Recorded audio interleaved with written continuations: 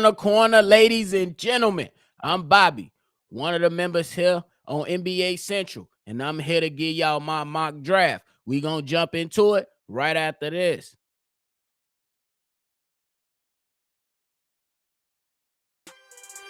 Thank you for tuning in to the number one place for your basketball fix, NBA Central, hosted by the Cognac Boys. All right, y'all. If y'all like what y'all listening to today, hit the like button, subscribe to the channel if you haven't done so already. The NBA draft is just a day away. So I'm gonna go ahead and give y'all my mock draft for the top 10 teams in this year's NBA draft. Here it is. Let me know what you agree with. Let me know what you disagree with. And then we just gonna wait and see what happened at the end of the day tomorrow night. So I'm gonna go ahead and kick it off with the San Antonio Spurs. For the first overall pick, it better be. If they don't take him, somebody on drugs and somebody need to get fired. But the guy will be Victor Wembanyama, center from France. I think the skill set that this big guy comes in with, the height over 7 feet, comes in with a nice smooth dribble, can pull up. The man was some guy who shot a three and then put back dunk in after that. That's how long and tall this guy is and how effortless it was for him to do something like that. So the San Antonio Spurs with the first overall pick, go ahead and get Wembanyama from France. Number 2. Now this was a kind of a toss-up with me, but I feel like the Charlotte Hornets, since they have a point guard in LaMelo, you got a guy that's potentially coming back in Bridges. So you kind of got your two guards there, and this is kind of like a positionless thing. So I'm gonna go ahead and say that the Charlotte Hornets, with the number 2 overall pick, they select Brandon Miller. I think Brandon Miller comes in with a nice mentality, a nice game to add to this young core. And man, they at some point, these guys got to hit on some of these draft picks and start to move in the right direction as an organization, because it has not been in a good place for many, many years. So I think that if you go ahead and you add Brandon Miller, a guy who led Alabama, to some wins last season, that you can add him with LaMelo, Bridges, and then you can go ahead and continue to fill out your team. So I'm going to go with Brandon Miller for pick number 2. Pick number 3, the Portland Trailblazers. They select Scoot Henderson. The reason I'm going with Scoot is simply because now you get a guard who has been compared to Derrick Rose and Russell Westbrook. He makes the easy pass. He makes it look easy when he's out there in transition. He can get to the basket, does struggle a little bit with his three-point shot. But the point is that from everything that we've been hearing in the media, he's a hard worker. Plus, I think he's your point guard of the future, because me personally, it's going to be a matter of time before Damian Lillard realizes that he needs to get up out of there. I know it's right now it seems like a long shot, but I believe that the Portland Trailblazers, you go ahead and you secure your future by drafting Scoot Henderson. Next up, the Houston Rockets. I believe with the 4th pick, the Houston Rockets go with guard Amen Thompson. This is a guard who can facilitate, and I think that's one of the major things that the Houston Rockets are missing right now. Yes, they got all these combo guards, in my opinion, and Green, and then Kenyon Martin Jr. and all those guys, but I don't see a solid facilitator on their team right now to get guys going. You got young guys over there, Tyrese, and you got Sengun, who can be a cornerstone piece for you now. So now you got to get a guy in there who's a facilitator. So why not one of the Thompson twins? And this guy playing last season gave you 17 points and 9 assists. That's some facilitation that they can use down there, especially with new head coach Ime Udoka. Next up, we got the Detroit Pistons. We got Cam Whitmore.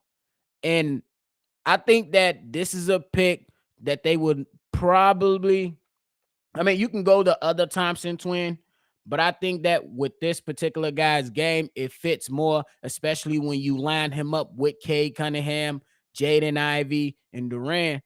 So You go ahead and you add another piece like that, and then now you can start to fill out this young nucleus that might be able to one day get the Detroit Pistons out of hell. So we got to see what's to that. Now we move on to the Orlando Magic at number 6. So now here, the Orlando Magic, they take the Thompson twin, Soar Thompson. I think this will be the best fit for him because now you're going on with a young team. You got Paolo, you got Franz Wagner, and I think they still kind of trying to fill out that number 2 spot. I feel like this Thompson guy you can kind of throw up in there because and he's going to be a big guard for you, or you know what I'm saying? You can kind of fill it out to see where he fits in with the team. But I think that with his skill set and what he could potentially bring, he could be a nice number 2 for the Orlando Magic.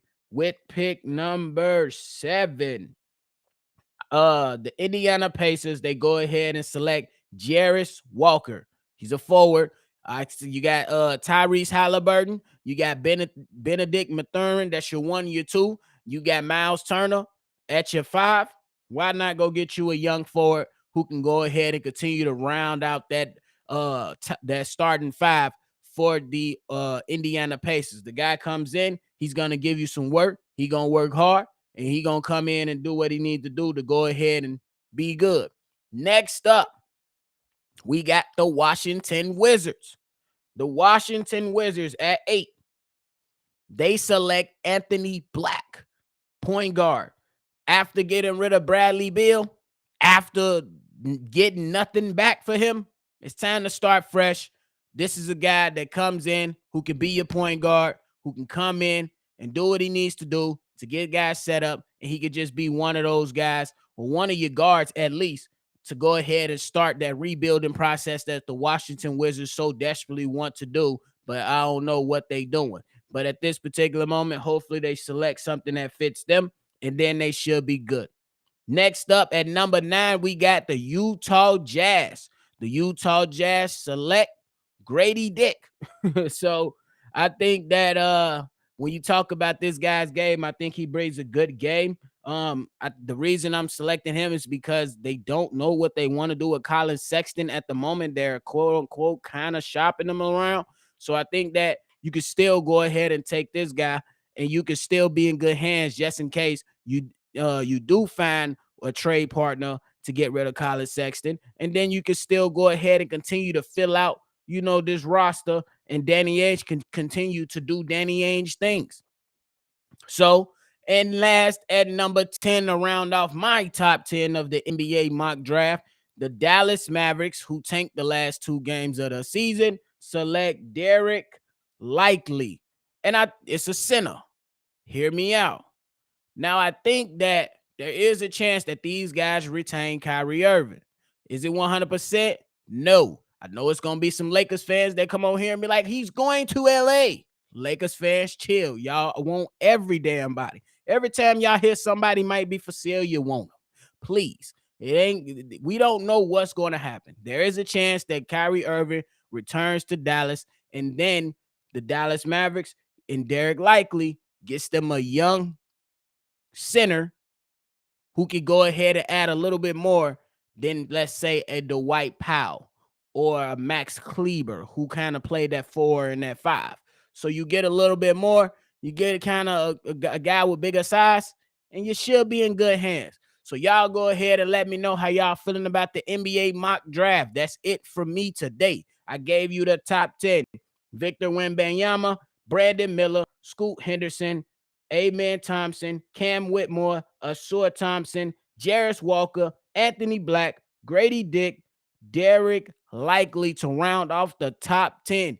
Hey, if y'all like what y'all heard today, hit the like button, subscribe to the channel. You can follow the show at NBA Central Pod on all social media platforms. Want to send any questions, comments, concerns? Send it in to NBA Central Show at gmail.com. And if you want to sound out on this video or any other videos we dropped before, send a text message or a voicemail and give us your thoughts at 773-270, 2770. We gonna catch y'all on the next one.